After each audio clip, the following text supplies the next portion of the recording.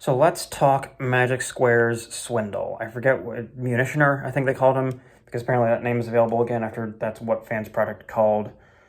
Was it their Swindle? Fans Project had that Bruticus upgrade kit with like another Vortex and then a Jeep vehicle that I think was supposed to be Swindle for the Energon Bruticus a while back. Yeah, I've been collecting that long. But yeah, let's talk about Munitioner here from again, wanted to say freaking Fans Toys. Magic Square. I don't know why I wanted to say Fans Toy there. This, compared to the Brawl, and I know the Onslaught's out, I'm late on the bandwagon here. I don't really care. I'm going to get the Onslaught at some point, because I've heard the Onslaught's pretty good. Swindle here, compared to Brawl, keep wanting to say Brawn, gets some flack. And people are like, he's not as good as the Brawl. Like, the Brawl's amazing. Swindle's fine. And I kind of agree. I'll put it this way. So, to be completely honest, I have two big nitpicks with Swindle here. The photo that you guys saw as the YouTube thumbnail, he can't make that pose. And it's solely because for the transformation and for how the arms tuck away and everything to basically be like the inner workings of the front of the Jeep, there is no forwards butterfly joint. And that joint, or just like a little thing for the shoulders to like click forward a little bit, that's needed for that pose. And I'm just like, you show him doing that, which would be like a very good pose to have him displayed in robot mode, because it's a very swindly pose. But like, this is the closest we can get him to do. And it's, I don't know, that bugs me. Also, let me go ahead and let me straighten out his arms as I talk about this. The other big nitpick that I have is that the transformation is definitely, oh man, it leans into the whole fiddle factor thing. I'll put it that way. There are a lot of panels in here in the legs, and it's not the worst to do, but at the same time, figuring out the exact order of operations for things can be kind of annoying. And again, to be frank, it's a lot of things have to go a very specific place in the legs to get them to look this flush. The upper torso is not bad. That's pretty intuitive, but it's just, I don't know, there parts of the transformation, because of what it needs to do to look cohesive, and because they wanted to give him fake wheels, I guess, it feels a little bit overly, like an overly thought out transformation, if that makes sense. I'm also not a fan of how they designed the hips. So it's the exact same hip system as with Brawl. Have to open up some stuff to get in there. So there we go. So you can hopefully kind of see that. So you've got a joint in there that this like rotates and swings down on. And then you've got the actual like outward swing and all that, right? So problem one is, and this is the same issue that you run into with Brawl when you go to pose him, right? That joint is very tight. And then because of how this panel is, it's connected in there, right there, where you see the orange meet the black, kind of, or like a tannish orange. So it's connected in there to the strut that this is on. So if you move the leg forward at all, it just something about the design of that bothers me, because if you move the leg forward at all and this part kind of slides up into the hip, it then takes a lot more like wiggling of the joint to get this to be perfectly flush.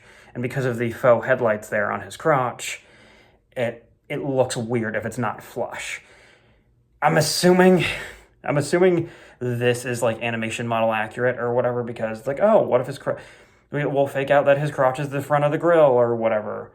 And I'm pretty sure that's what Magic Square is trying to do with these. Make, all these Combaticons, although we haven't seen their Vortex and Blast Off yet, as like tune accurate as possible or whatever.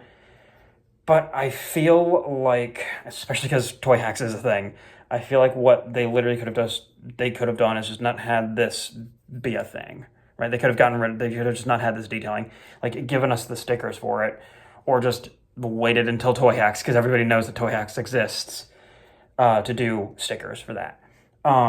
Because, I don't know, it's just something about that bothers me, and the joints in there make him harder to pose than Brawl, weirdly, even though it's the exact same, like, joint system and everything. It's just his posability feels awkward because of the stiffness of the joints in here, how the legs kind of interact with this whole section here with the hip skirts and everything, the lack of a forwards and backwards butterfly in the arms, just the limitations of the arms posability wise, especially on the shoulder, which is weird because they shouldn't be that limited, but they feel limited. And yeah, transformation, like I said, definitely has a fiddle factor. I'll get used to it though. The Brawl one was rough at first too. I feel like some stuff isn't fully tapped in, but whatever. And honestly, I kind of wanted him to come with another accessory because he comes with this. He comes with the little like rocket launcher piece. I'm not gonna show it. You guys know what it looks like. And then he also comes with like basically like an adapter piece that you slot in between the legs in Jeep mode to then like have this attached to it and have this attached to it so they can like just fire overhead or whatever. I'll throw the photo somewhere. The photo will be on my Blue Sky, which will be linked below. But I don't know. I kind of want him to have like a proper gun because the only way to display him with a weapon is to have, with that tiny little podunk missile launcher thingy, or have like this on his arm, right? And your limitation possibility wise is that because this taps into his arm. You can't use the elbow when it's like this. And I know it's probably accurate to the toy and all that stuff and to the show, but like having what's supposed to be a masterpiece alike figure only being able to do this with his primary weapon, and it's just kind of fiddly to get the hand to like wrap around it when you have this tapped into the arm.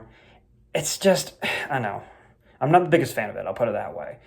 On the whole, though, because I've literally rambled about this figure for almost 7 minutes now, he is good. He's not as bad as people were saying.